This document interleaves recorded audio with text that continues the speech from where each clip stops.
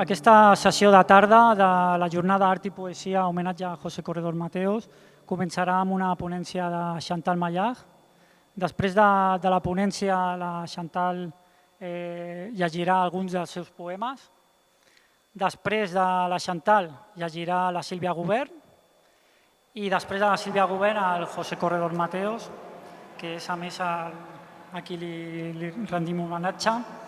I després del bloc de lectura de poemes ve un tercer bloc que és el colofó de la jornada, que és la presentació d'un llibre que edita el Museu Nacional d'Art de Catalunya i que és una selecció d'articles, una selecció significativa d'articles de crítica d'art de José Corredor Mateos entre els anys 1961 i 1974.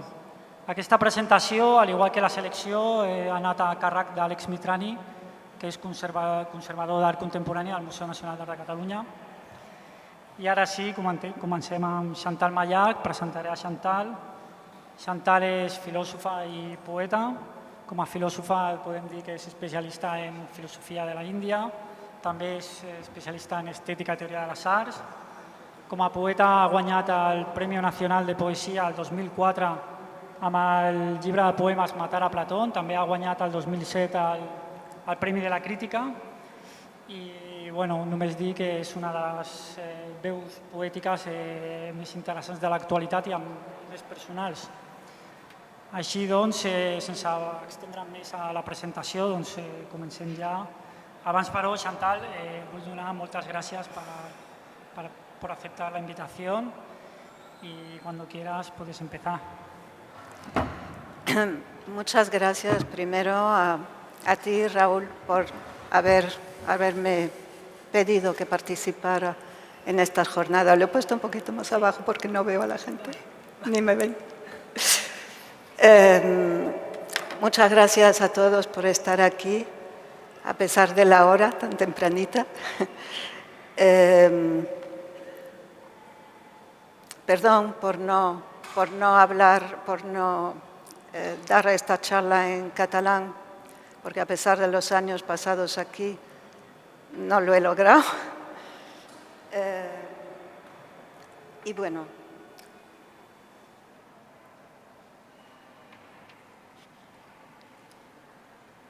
nuestras sociedades están asistiendo actualmente a un cambio en todos los ámbitos, al tiempo que a una progresiva devastación tanto en el orden del planeta como en el geopolítico.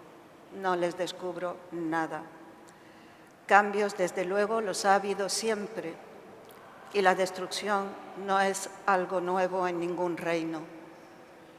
Lo nuevo es, entre los humanos, la sofisticación de sus medios y el hecho de que podamos asistir como espectadores, en directo o en diferido, a sus horripilantes resultados. ¿De qué sirven las artes en un panorama como este, en el que la realidad misma, la tremenda realidad, ha invadido los escenarios de la ficción? Porque de eso se trata, sin duda, de que cuando la realidad adquiere naturaleza ficcional, nuestras emociones básicas cobran en cierta medida el carácter de aquellas que experimentamos ante una representación, con la desvinculación personal que comporta. La representación, en efecto, abre una distancia entre el que asiste y aquello a lo que está asistiendo. Esa distancia es la que nos permite recibir con agrado una escena a pesar de su carácter terrible o doloroso. En eso consiste el placer del espectáculo. Y es por eso, por ejemplo, que vamos al cine a llorar o a pasar miedo. Pero es extremadamente peligroso si esa sensación de agrado se cuela subrepticiamente en la realidad.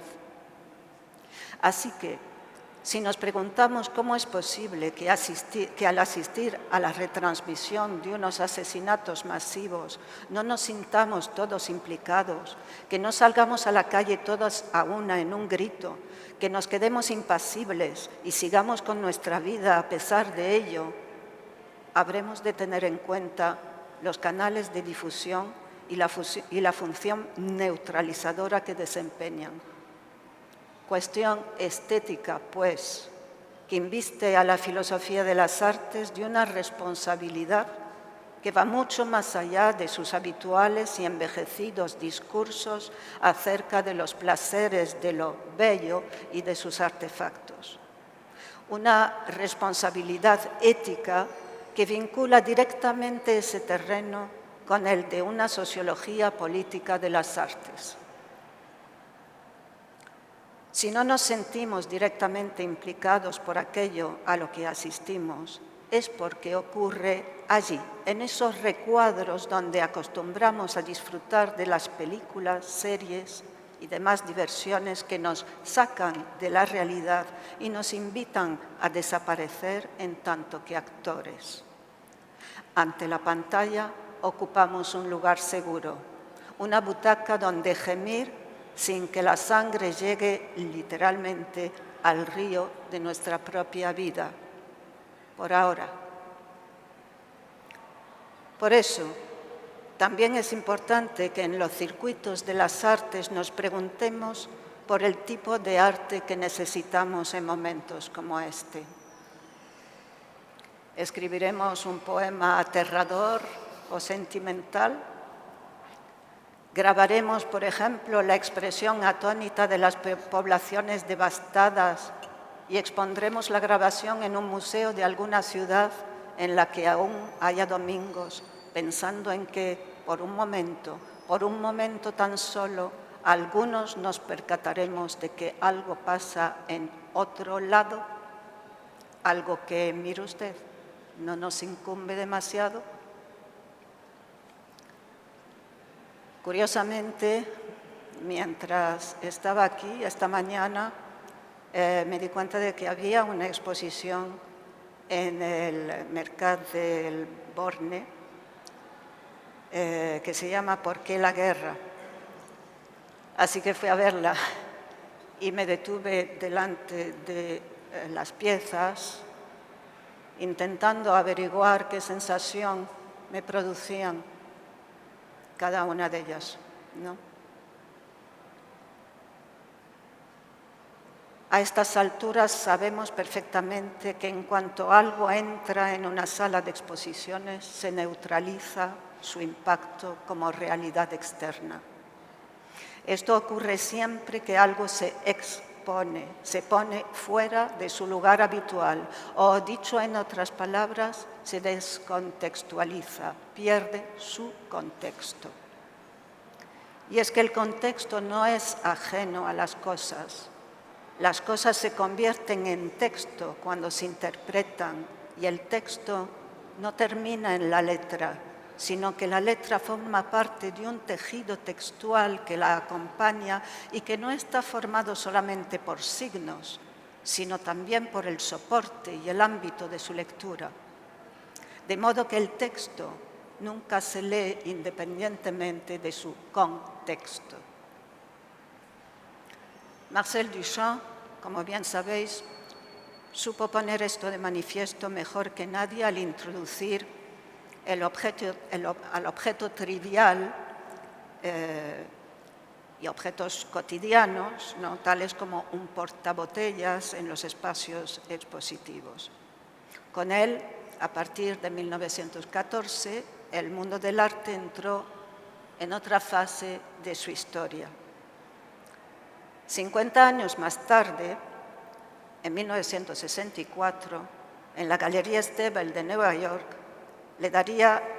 esa galería le daría otra vuelta de tuerca al asunto al convertir su espacio en un supermercado con una exposición de productos destinados al consumo. En aquella ocasión no solo se desplazaron los objetos, sino que el contexto todo entero fue el que se desplazó, como si, pongamos por caso, una galería ahora convirtiese su espacio en un escenario de guerra. No solo los objetos, sino todo el escenario. Entre los artistas invitados estaba Warhol con sus facsímiles de cajas brillo, 2 años más tarde de que hubiese presentado ya las latas de sopa Campbell serigrafiadas. Warhol, como es bien sabido, al concretar con su obra la idea de la serialización tecnológica que denunciaba ya Benjamin, marcó el inicio de una nueva corriente, la del arte pop. Pero, si bien el arte pop tuvo en su momento su interés y su lugar en la historia de las posvanguardias, ¿qué decir del denominado nuevo arte pop? Esa corriente conceptualmente empobrecida y cercana al cómic, inaugurada a finales del 20 por Takashi Murakami. ¿Qué interés puede tener en la actualidad esta replicación del denominado nuevo arte pop? Esta es una muestra. Miss Co. 2, de 1997, se vendió en 2003 en Christie's por $500,000. Al año siguiente, otra obra suya, que representa a un joven masturbándose, fue vendido en Sotheby's por $13,5 millones. Murakami tuvo y tiene sus seguidores fuera del mundo nipón, algunos muy cercanos, como a lo mejor conocéis a Javier Calleja, cuyo Heads V2 se expuso el año pasado cerca de la Catedral de Málaga durante varios meses. Imposible no ver en el título de la pieza un explícito guiño a Murakami, a pesar de haberse sustituido los elementos sexistas del japonés por otros más inofensivos. Por supuesto, la serialización que el arte pop ponía de manifiesto a mediados del 20 sigue presente, puesto que se venden réplicas de todos los tamaños como si fuesen muñecas Barbie, solo que más caros, pero ¿puede decirse que esto sea algo más que sintomático? Frente a estas creaciones más dignas del mercado de figuritas de resinas para adultos inmaduros que del mundo del arte, nos preguntamos, ¿qué le pasa al arte hoy en día? ¿O será que el arte, como el ser de Aristóteles, se dice de muchas maneras? Porque, por supuesto, se hacen otras cosas, cosas hermosas, cosas que nos enseñan lo que hoy necesitamos ver y pensar. Arte útil, arte que nos ayuda a vivir. Tomaré estas palabras prestadas de un dibujo de Baloch. El mundo del arte es lo que impide que el arte haga mundo. Hemos de remontarnos unos cuantos siglos en la historia de las artes de Occidente para recordar que en las poblaciones antiguas todo lo que se hacía tenía una función. El producto de las destrezas eran objetos útiles para la vida cotidiana. Una cesta servía para acarrear cosas, una estatua era un punto de apoyo para la devoción o la memoria, una pintura podía relatar los hechos. El verso mantenía viva la historia, la necesaria historia, y la danza, unida a la música y al canto, eran el vehículo de una energía común que reavivaba las fuerzas. El arte era propiamente un hacer, y todo hacer tenía una función exterior al hacer mismo. Pero llegó un momento en la historia del arte occidental en que el interés se focalizó en la obra misma y a partir de entonces se llamaría obra de arte, una expresión que no significa otra cosa que el resultado, la obra, del buen ajuste, arte, de las partes en un todo. Este primer desvío culminó con la definición kantiana del arte como aquello que tiene su fin en sí mismo, una definición que dejó de tener vigencia, por supuesto, al convertirse la obra en valor mercante, volviendo a adquirir, por ese curioso bucle, el fin externo de carácter práctico, el beneficio económico. Paralelamente a ello, sucedió el segundo desvío, y es que el interés se desplazó de la obra al autor de la misma, y el valor, mercante, por supuesto, a su firma.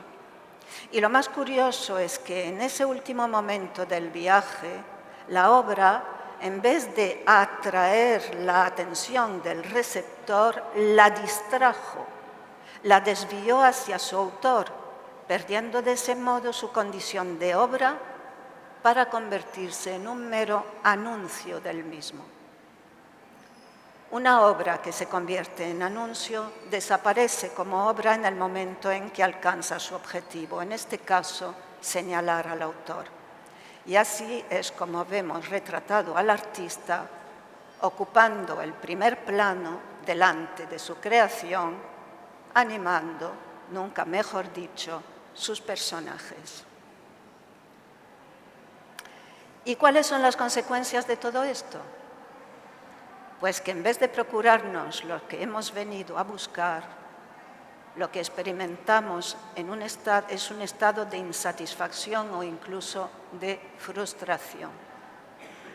El placer que se obtiene en la recepción de una buena obra, sea esta visual, auditiva u otra, es algo que no pertenece al entendimiento, que no responde a las reglas del logos, es algo que se recibe en el cuerpo y que en el cuerpo se activa formando conexiones de las que quizás no seamos conscientes, pero que resultan en un estado de bienestar, un extraño placer.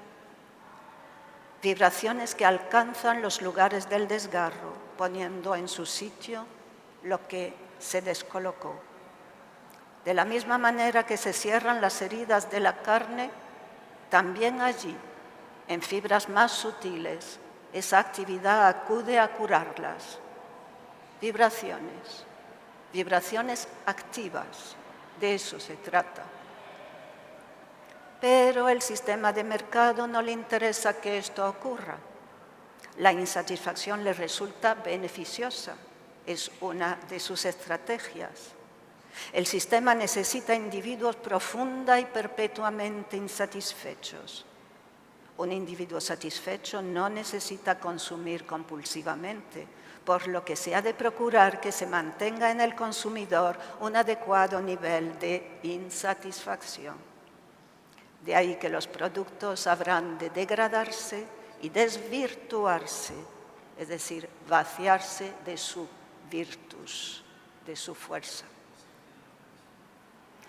Vuelvo, por tanto, a la pregunta. ¿Qué tipo de arte es el que necesitamos en estos momentos para contrarrestar este estado de cosas? No es, por supuesto, aquel que en tiempos no tan lejanos relataban gestas y ensalzaban a héroes, reyes y dictadores vehiculando valores patrios que refuerzan los cercos de lo propio. Tampoco es aquel que carga nuestras ciudades de artefactos inútiles, ni aquel de verbo fatuo o sensiblero que en los círculos, circuitos, circos poéticos añade ruido al existente. Necesitamos que el arte, las artes, vuelvan a sernos útiles. No ya evidentemente para la confección de cosas prácticas, ahí donde la técnica lo suple ampliamente, sino para volver a hablarnos en sus propios lenguajes de lo que más importa. ¿Pero en qué consiste eso? Permítanme dar aquí un ligero rodeo, pues me parece que la mejor manera de lograr responder a esto es atendiendo a lo que las artes plásticas, poemáticas, escénicas, etcétera, tienen en común.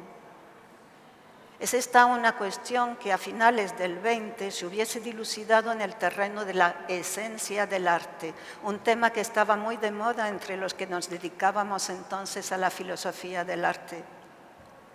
Pronto nos dimos cuenta, sin embargo, de que se trataba de un concepto, el de esencia, demasiado ligado a la metafísica como para no adolecer de la misma enfermedad, la de abordar el mundo desde los conceptos sin tener en cuenta la trama vibrante y nunca estable del universo y de la vida. O dicho de otra manera, la de moverse en el plano discursivo creyendo que las reglas de la gramática se aplican al mundo de las cosas. Pero las cosas no son en sí. Las cosas suceden, las cosas cosean. Y es en ese cosear de las cosas que hemos de reparar si queremos averiguar lo que un gesto creativo tiene en común con otro, independientemente del instrumento del que se valen. Lo que tiene en común la obra plástica y el poema no se resuelve tratando de hallarle al arte una esencia, sino más bien observando el impacto que tiene una obra de cualquier tipo que sea en el espectador, lector o oyente. Porque indudablemente la obra, cuando es buena, o el poema cuando es bueno, no dejan indiferente. Diríase incluso que ese fuese su cometido, el de interpelarnos para que no permanezcamos indiferentes o desafectados. Y en este caso, tal vez nos interese preguntarnos en qué consiste eso que nos interpela. En toda obra que se precie, como decía Gadamer, hay algo que nos invita a demorarnos. Para aquel filósofo se trataba de algo que la obra le añade a la realidad, algo por lo cual la obra adquiría un aumento de ser. La teoría de las artes resuma, como vemos, de metafísica por doquier. No hay eso que llamaron ser más de lo que hay esencia. Esos términos nos remiten a una perspectiva caduca que entiende el universo como un conjunto de partes individuales estancas, perfectamente diferenciadas y susceptibles de someterse a análisis sin tener en cuenta a las demás. Creo que estamos suficientemente preparados actualmente para entender que el universo al que pertenecemos es ante todo materia vibrante, una totalidad orgánica en perpetua transformación capaz de autoconstruirse y reconstruirse y cuya existencia se mantiene gracias a un perpetuo flujo de interconexiones e intercambios mutuos. Visto así, me temo que tampoco sería correcto decir que la obra añada algo a la realidad. Si la obra aporta algo, no será a la realidad cuya complejidad es en sí misma inagotable, sino a la percepción usual que tenemos de ella. Pensándolo bien, me parece obvio que la tarea del artista poeta no es en ningún momento la de añadir, sino más bien la de desbrozar, eliminar esas capas convencionales que nos enturbian los sentidos para de ese modo procurarnos un acceso más limpio, más inmediato a lo real.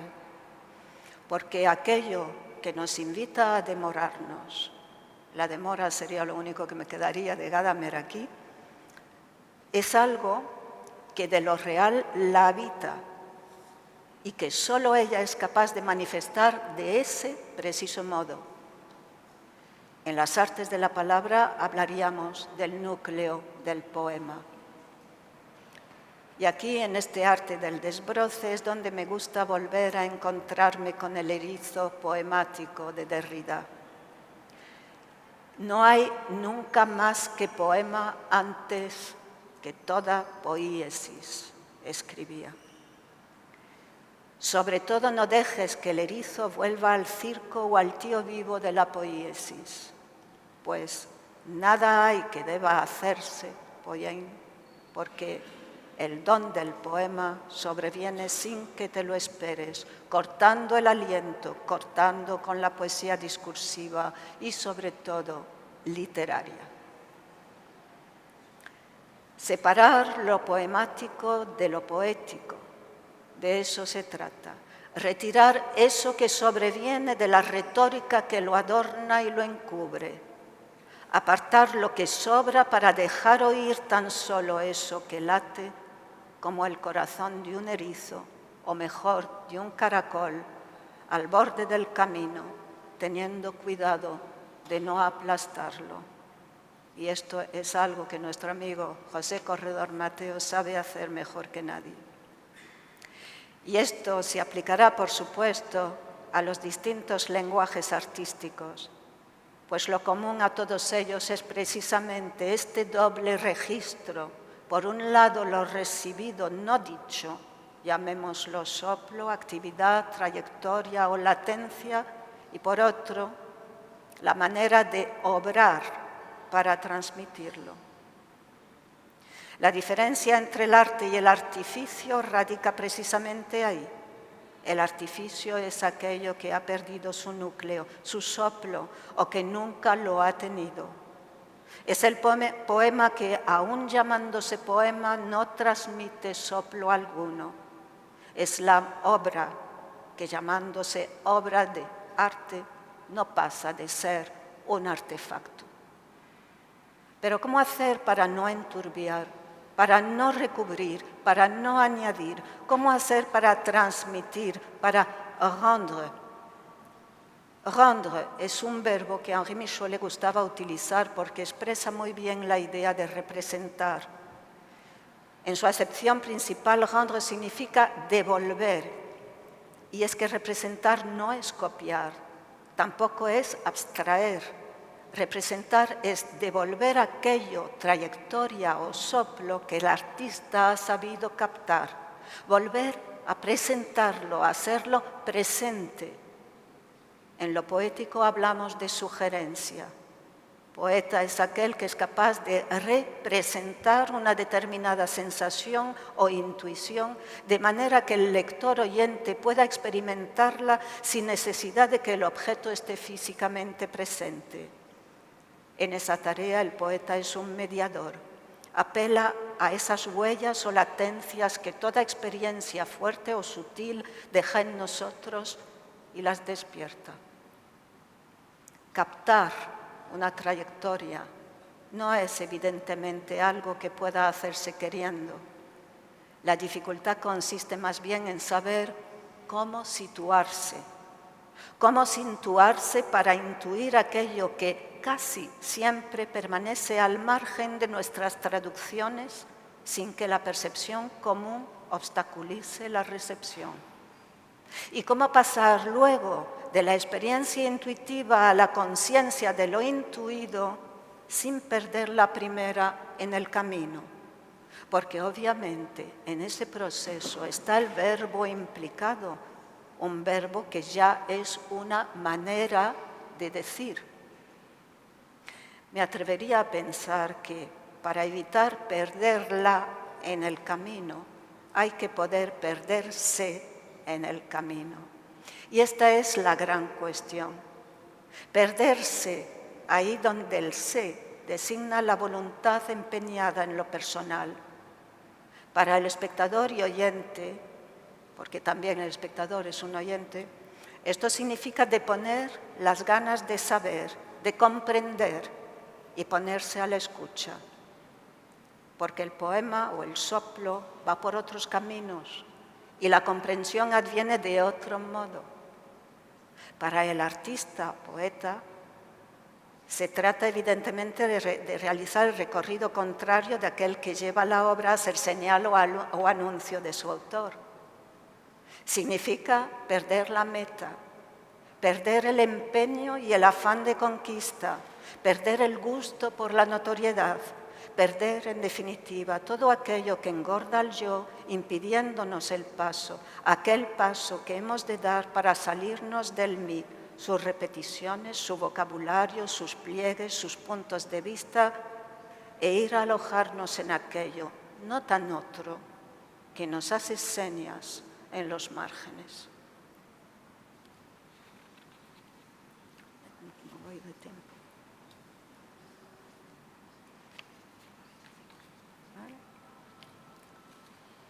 Y para ilustrar un poco lo que acabo de decir, unos versos de José Corredor Mateo, que para eso es el homenaje, no sabría decir qué es lo que palpita en todas estas cosas que te envuelven, en su estar silencioso como de eterna espera. ¿Qué cosas son las cosas? Si es que son más que sombras. ¿Y qué cosa o qué sombra eres tú? No seréis por ventura ellas, tú, no cosa alguna o sombra, sino luz. Y otra, el poema que sabe tantas cosas que ignoras, te está diciendo algo que no aciertas a entender. ¿Qué te estará diciendo este poema que sigues escribiendo atento a lo que dice? Y una última, ¿cómo decirle al pájaro que el mundo no ha perdido su misterio, pero que él y yo tendremos que escondernos para seguir cantando?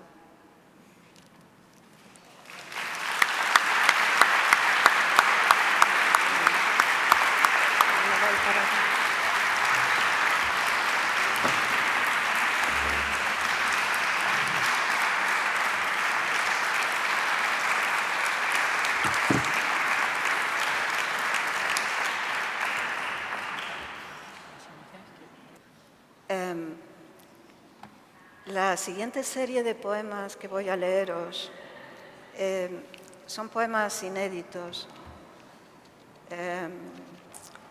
La verdad es que quiero palpar la audiencia, a ver cómo respiran, porque a veces no funcionan.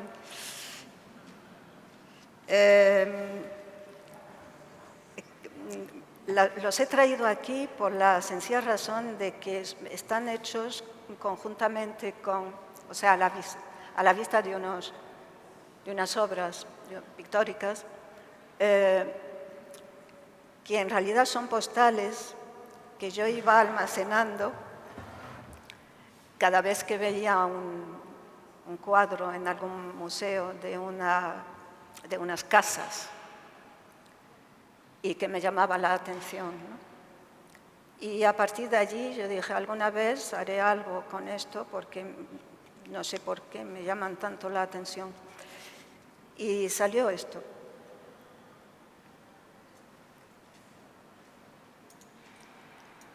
Ana Cristina arrastraba su cuerpo en la colina. Ana Cristina arrastraba su casa huesos hacia otra casa inalcanzable arriba en la colina. Cuerpo rampante, infranqueable la distancia, inaccesible el umbral. Yo ahora, lombriz, oruga, anélida, anillando la seda de las pérdidas en mis caderas huecas, piernas a la deriva. Casa giratoria, Paul Klee, 1921. Mi casa a veces se escora y se repliegue como la casa giratoria de Paul Klee. Paseo libros. De una habitación a otra los paseo como para saber qué hablo, alguien al dorso de los pasos. El fármaco robándome las frases, lenta neblina del dolor traspasando las cuerdas. Han florecido los asfódelos, despuntan las flores del almendro. Marc Chagall, Remembranza, 1914. Marc Chagall caminaba con su casa a la espalda. Así la historia de lo humano, la pérdida del humus que cobija y adiestra al animal en su inocencia. Marc Chagall caminaba con su casa a la espalda. Difícil es pintar en esas condiciones. Algunos por eso la abandonan. Otros la reconstruyen en territorio ajeno, desplazan y aniquilan a aquellos que lo habitan, quebrantan la infancia de sus hijos y envenenan con odio los pozos de agua dulce, viejas costumbres de los patriarcas. Marc Chagall caminaba con su casa a la espalda. Hay quienes van creciendo por el camino, menguando a veces, y no es peor, peor es la casa que se encorva, o la espalda es lo mismo, compensando abandonos y el llanto que por dentro nunca cesa, rogando por una desmemoria algo más indulgente. Casas junto al río, Egon Schiele, 1914. Aquel año los ojos de las casas verían iniciarse una contienda. Los habitantes de Krumau no se sintieron concernidos. Adiestraban sus ojos en la estricta vigilancia de la moralidad de sus vecinos. Primavera en Yangnam, Likeran, 1962. En los días de lluvia, me interno en la neblina que pintó Likeran. Algunos personajes a veces aparecen, diminutos. Cruzo a su paso el puente. Entonces sé que vamos de lo mismo a lo mismo en distintas orillas.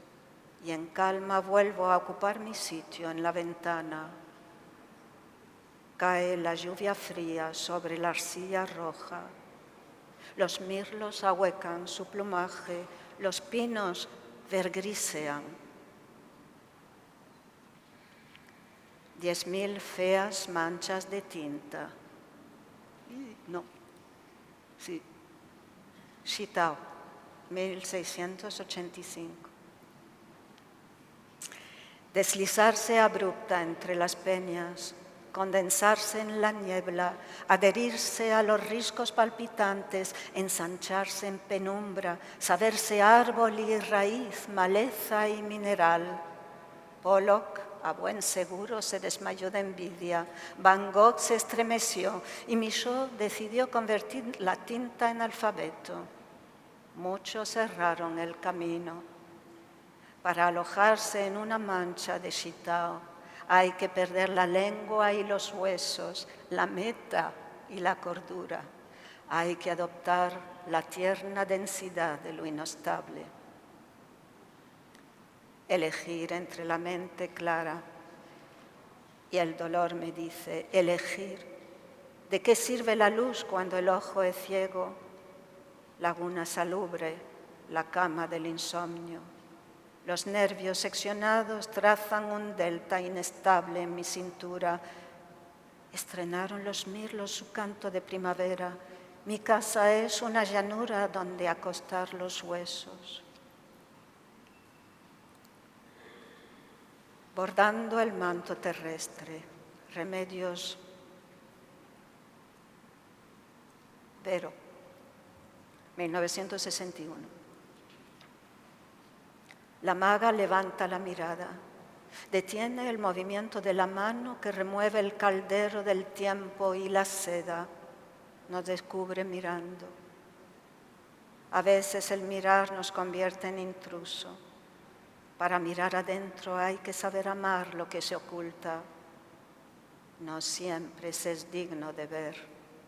Es por eso que no advertimos el rastro que otros dejan a su paso, ni el temblor de su voz en aquellos lugares que han abandonado.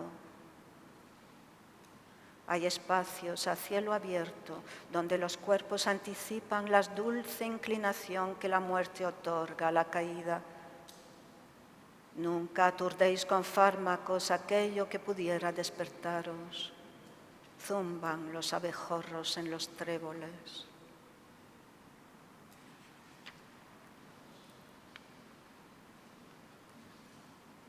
René Magritte, 1961, Paul Klee, 1928. Mi casa era azul, como las que Magritte amontonaba, verdes, rosas y azules de papel, de carbón o de mentira, todas la misma y diferentes según la inclinación de la memoria. A veces no era azul, sino multicolor, como los bloques de Paul Klee. Aún los oigo entrechocarse con su sonido a zuecos, aquellos bloques verdes, azules y amarillos, rojo el mayor y solo uno, con los que construía ciudades y castillos, y con qué gozo les oía después desmoronarse. Más tarde fueron grises o de color ladrillo. Alguna amable en apariencia, aunque por dentro fuese cárcel, donde nos enseñaban a callar brazos en alto y de rodilla en camisón de frío, y a despertar el odio y la más fiera rebeldía. también las hubo blancas. La que se estremecía al escuchar a Bartók o a Ravel y que se alzaba vigorosa cuando azotaba el gran viento del norte. O la más desdichada, la que olía a jazmín en las cálidas noches de verano y entregó su cuerpo, su endeble osamenta, a la voracidad de los insectos. De feliz inocencia son aquellas que más duele recordar. Mi casa fueron tantas que sin pensar también abandoné la que me amaba. Pero esas son casas exteriores, refugios transitorios, casas que a la intemperie a veces vuelven a habitarnos, celdas de superficie. No hay tiempo para eso. Hubo un día una casa, resonaban en ella las voces de los hijos, su risa, sus carreras. Hubo un día una casa, era el principio de los tiempos. No. Esta es de Paul Klee. Ay. Giacometti, Objeto inquietante, 1965.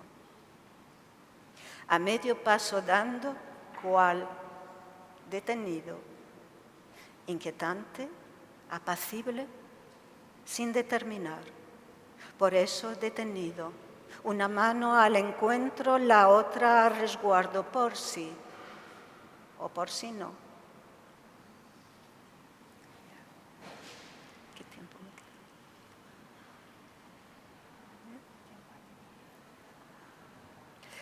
Bien, y como el personaje cual apareció de nuevo, que de vez en cuando me aparece por ahí, os voy a leer una pequeña serie de sus extravagancias. También son cuadros o digamos breves secuencias que os propongo que imaginéis. ¿Cuál extrañado de que algunas cosas duren? Por ejemplo, la lámpara en el centro del techo. Y el techo, claro, año tras año, durar es de memoria. La mirada otro día, otra noche, otro año colgado de la lámpara, cual con un ojo en la mano, traspasando el umbral. 2.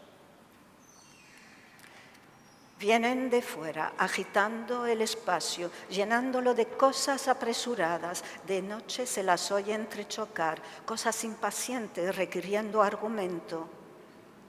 Cual en la orilla, recogiendo desperdicios. 3. Cual menguando, comunicaciones esporádicas, raras, ante cualquier opinión sin duda desestima. Queda el hábito, algunos, los más estables, sordos. 4. Y de nuevo las manos, estrábicas a ratos, ovilladas, enmarañadas o endicas represando en oleaje de vértigo la frente, cual excedido, ofuscado, trémulo, dispersos los hilos, sin hilo es probable, líneas de suspensión, tan solo puntos de fuga, cual sin uñas que morder, 30 años mordiendo, al menos. 5. Cual admirando el balanceo de los cuerpos, o mejor dicho, su impulso, su disposición a cumplirse en la traza de la música, en el dulzor del aire, ligereza envolvente, cual contemplando la sutura delgado de sus labios contra el paisaje, continuando el trayecto de la elipse en torno al mentón, concluyéndola, el paisaje, huyendo. 6. Cual extrañado ante otro, extrañado de ser otro ante otro, estima la quietud de la sombra bajo un pino, la ocupa, aprende a menguar con ella. 7. cual se tapa los oídos con las manos y escapa, piernas de payaso, engranaje de piel, dentro otro personaje se tapa los oídos, huye, falta espacio para tanta dislocación. 8. Roto en la base, sin savia, suspendido, escapándose el hálito, alterado, desasistido, salvo de hojas secas al pie, su siniestro en paz. Mano tendida al rescate de la avispa, su aguijón amable en la corteza del cráneo. 9. Una sonrisa al fin acogedora, sin dolor o apenas, desasido al arbitrio del viento y de la lluvia. 10. Tan rápido que todo es absolutamente nada, y así, extraviadas, se salieron de la pauta línea margen del cerebro horadado, entre las ruinas cual, exaltado, celebra el solsticio.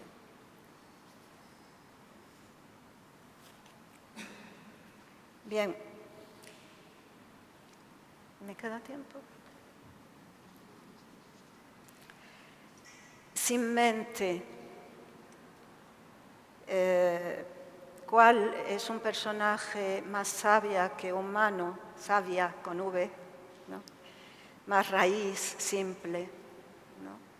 Y tal vez fuese, pienso, un camino, ¿no?, que podría invertir el camino del ansia en el que estamos y tanta violencia que el ansia engendra, ¿no? En ese estado, en realidad, lo único que cabe, si queremos hablar, es el balbuceo. Y así también Hölderlin, con sus balbuceos del último tiempo. Recluido en un torreón a orillas del río Neckar, en los últimos años de su vida, Friedrich Hölderlin, según se cuenta, a cualquier pregunta que se le hiciese contestaba invariablemente «Palax, Palax», una expresión con la que se remeda el balbuceo de los niños pequeños. Celan alude a ello en el poema Tubinga, enero. Dice, si viniera un hombre al mundo hoy con la barba de luz de los patriarcas, debería, si hablara de este tiempo, debería solo balbucir y balbucir, siempre, siempre, así, así, Palax, Palax. Era un mes de enero cuando los altos mandos de las SS se reunieron en Tubinga para decretar el exterminio del pueblo judío. Hoy, mientras reviso este texto, el gobierno de Israel consuma el exterminio del pueblo de Gaza y la total devastación del territorio. Hay épocas, en efecto, en que la boca de un sabio no podría sino balbucir, pero ¿y en qué época no? ¿La historia de la humanidad no es acaso toda entera desde sus inicios la historia de un crimen? Las naciones europeas no cesan de recordarse mutuamente el holocausto judío, pero ¿fue ese el único? ¿En qué ciudad se decretó el genocidio de Namibia? ¿En qué mes el de Armenia? ¿El de Ucrania en el 29? ¿El de España? ¿El de la Franja de Gaza? ¿Lo recordamos? Tan solo en los últimos 70 años, con implicación directa o indirecta de los gobiernos de Occidente, fueron masacrados 7 millones de vietnamitas, 2 millones de camboyanos, 2 millones de kurdos, 500.000 serbios, 1.200.000 argelinos, 70.000 haitianos, 800.000 tutsis y hutus, 200.000 guatemaltecos, 300.000 libaneses, un número aún creciente de palestinos, los recordamos, y aunque así fuese, nos sentiríamos concernidos. Cuanta más alta sea la cifra, más espectacular será el suceso y por lo tanto menos habrá de implicarnos. El dolor siempre acude en singular. Sumamos y redondeamos como para ajustar la tasa de sufrimiento. ¿Puede acaso sumarse el sufrimiento? ¿Será más el dolor de todo un pueblo que el de cada uno de sus miembros? ¿Cómo sufre un pueblo? ¿Existe el pueblo o la nación independientemente de su gente? Y cada uno de esos seres que padecen no será siempre el mismo, una y otra vez, infinitamente. Ahora, cuando todo es aquí, irremediablemente aquí y ahora, ante la permisión del horror yo digo, si viniera, si una mujer viniera ahora, si una mujer viniera al mundo con la espiga de luz de las matriarcas, debería, si hablara de este tiempo, debería tan solo balbucir, y así, tal vez así, así, tal vez.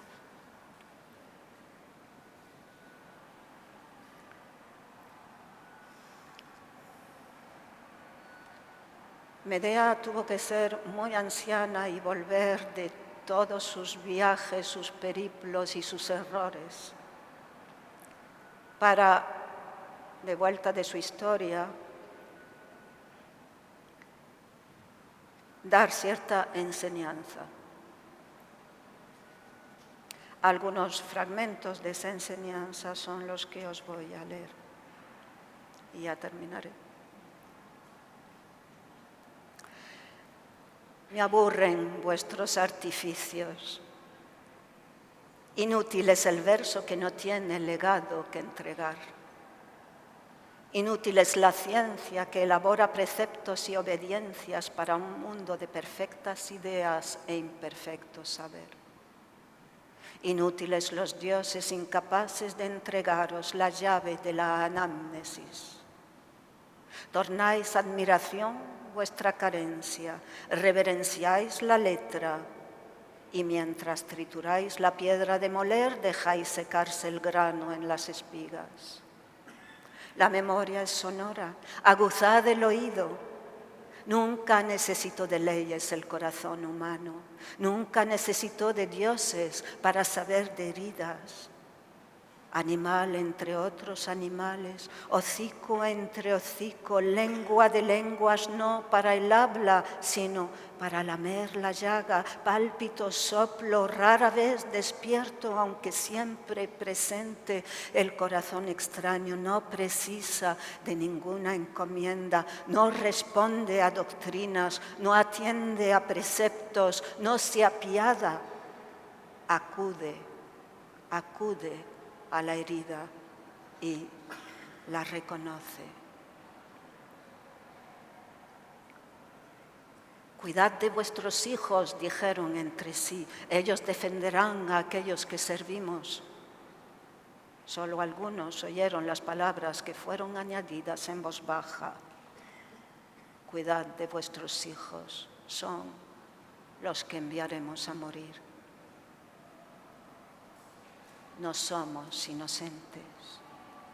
A pesar de que abajo, muy abajo, sin que apenas lo oigamos, aún siga latiendo el animal que fuimos, el que encuentra en la llaga el lugar de la cura, el que acerca su lengua y nos lame la herida, el que sabiendo el hambre que a todos atenaza nos ofrece su cuerpo. Por este sacramento, dicen vuestros arcontes con la sangre en los labios. No somos inocentes. En la más diminuta criatura hay más virtud que en el hombre que a ciegas obedece las leyes de la tribu. El animal acude, presta atención y escucha. Todas somos la fuente a la que otras acuden a abrevarse. Atiende. No intentes descifrar con el entendimiento aquello que percibas. Sus voces son de otra naturaleza. Atiende.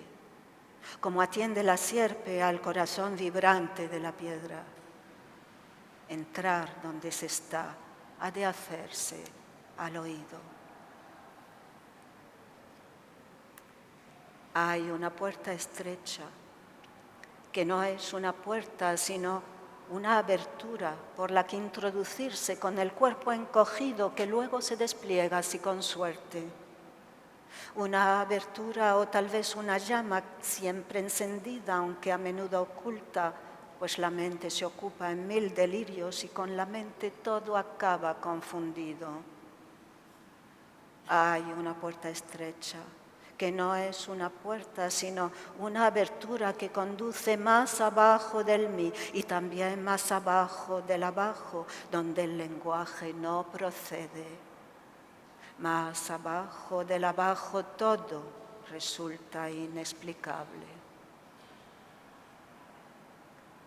Hay una abertura que no es una puerta, sino un desgarro en la membrana por el que introducirse y descender más abajo del mí y también más abajo del abajo. Aquel que allí penetra con el ánimo en calma y la conciencia alerta. Advierte que todos nuestros actos tienen el mismo origen. Del mismo avío se devanan en su raíz común las emociones. El odio, la ternura, la ira, el rencor o el miedo son colores que tiñen el hilo que aferramos al nacer. Pero nadie penetra en el abajo del abajo sin haberse desprendido de sí. El hilo ha de perderse en el descenso. El hilo y la personal historia que nos lastra y oculta a nuestros ojos la abertura. Estancia tras estancia, de una habitación a otra por los interminables corredores, rescatar la energía dispersa, reconducirla, redistribuirla. El tiempo no existe, se hace y es de algún modo reversible. Oír la melodía de los muertos, escucharla, no la que tocan, sino la que son, más sutil que la de los vivos, tan graves, tan proclives a resistirse en su materia por no aceptar ser otro y más de lo que son ahora. Revertir la mirada. Sanear la historia personal, limpiar la llaga, para hacer transparente la membrana y ver cumplirse el universo en cada uno de sus múltiples fragmentos.